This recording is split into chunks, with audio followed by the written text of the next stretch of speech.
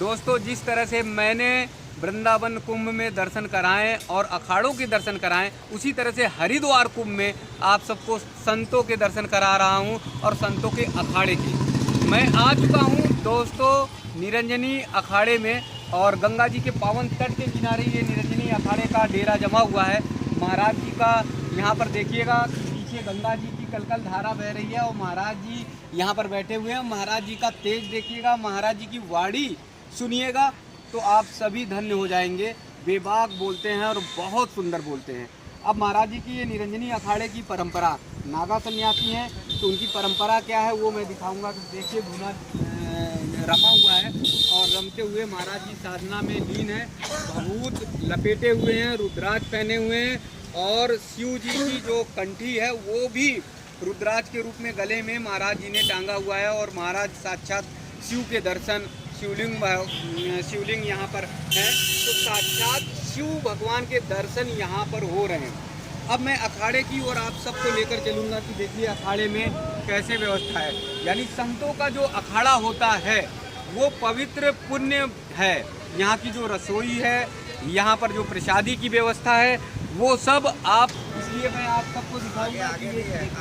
तो दोस्तों फिर मैं महाराज जी लोगों के दर्शन आप सबको कराऊंगा।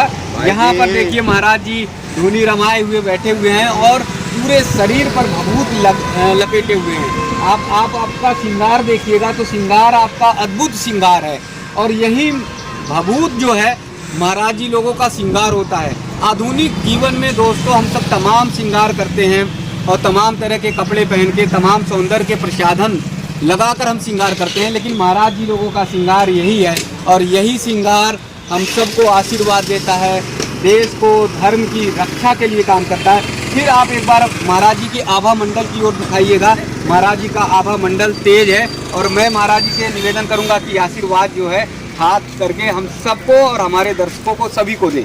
तो ये देखिए आश्रम की व्यवस्था, हम सब होटल में रेस्टोरेंट में तो पार्टी कर सकते हैं, लेकिन यहाँ अगर दृश्य देखिए तो कितने आनंद से सभी भक्तजन बैठे हुए हैं, बड़े ही आनंद भाव से सभी के चेहरे पे सुकून है।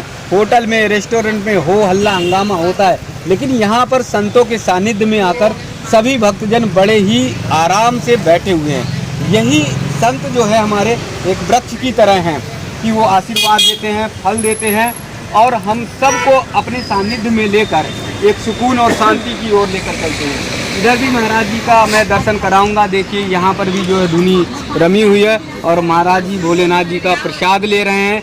यही हमारे अखाड़े की परंपरा है, यही हमारी भारतीय संस्कृति की परंपरा है। दोस्तों यहाँ से दृश्य देख, पावन स्वरूप आपको दिखाई देगा। निरंजनी अखाड़े का ये दृश्य अद्भुत करने वाला है, ये दृश्य आप सबको अभिभूत करने वाला है कि एकदम अखाड़े के बगल में माँ पावन सबको दिखाई दे रही है और ये कलकल की धारा आप सबको आनंदित करने वाली है। यहाँ पर देखिए महाराज जी बैठे हुए हैं, भक्ति में रमे हुए हैं और महाराज जी यहाँ पर जो है मुझे लग रहा है पत्थर और मणि देख रहे हैं। ये देखिए कि महाराज जी धुनी में रमे हुए और यहाँ आनंद की, भक्ति के आनंद में लीन है।